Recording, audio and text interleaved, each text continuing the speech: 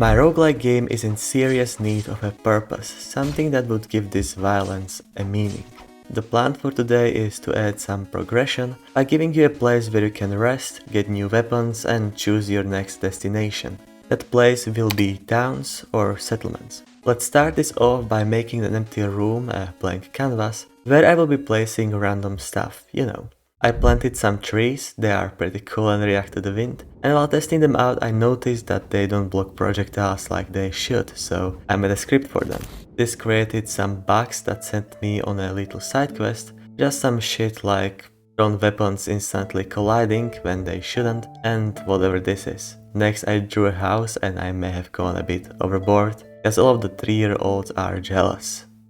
Okay, this time I drew it for real, but I'm struggling because I need a way to turn this cardboard cutout into something that looks like a 3D object. I have split the house into 3 different parts, the front, back and the door, and moved them on the Z-axis to add depth. This makes it look a bit better, but the house is not having visible sides when looked on from side perspective is really bothering me.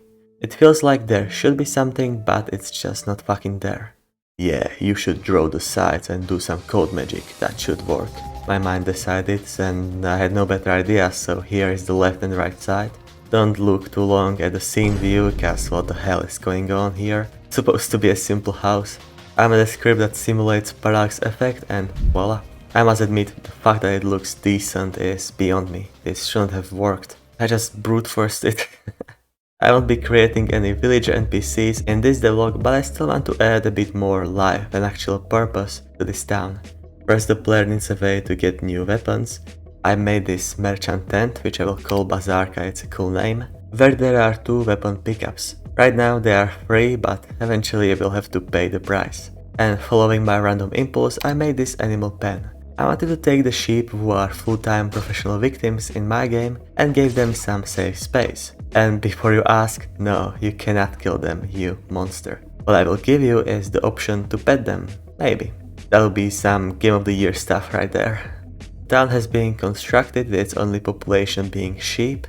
Please, let me out. How do I get out? Where is the exit? Right now we need a way to travel between towns, combat rooms, basically encounters. At first I was like, this is gonna be very easy. I made a quick platform that spawns when an encounter is finished that will act as a passage. It adjusts the wall collider so you can move there and also makes changes to the background.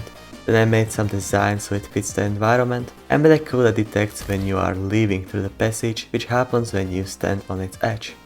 Now we need a way to go from the current encounter to the next encounter in a way where it destroys all leftover rooms, entities, projectiles, corpses, particles, visual effects, background, player but saves data before that, and reset important systems so that everything works the same as when the game started.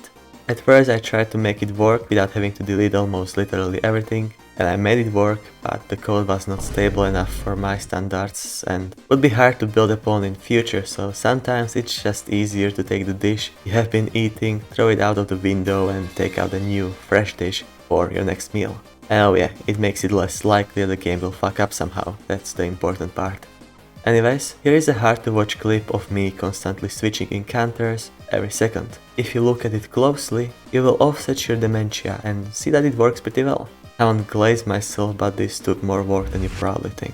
Okay, I'll spare your eyes. And now when I walk through the passage, the mercenary takes over and walks himself outside of the screen and enters the next encounter.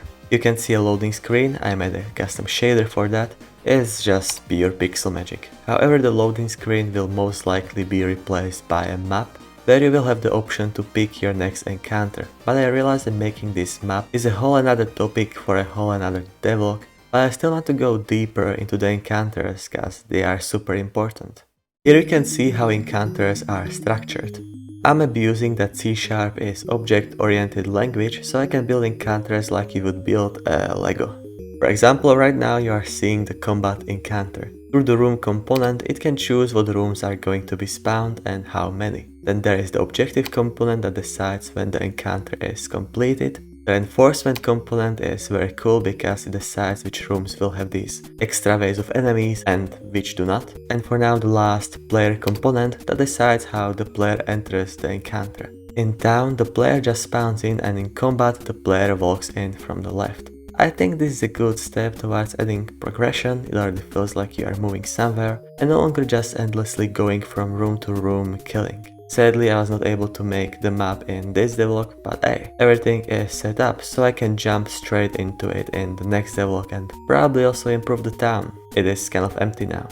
Subscribe to support this development, and bye bye.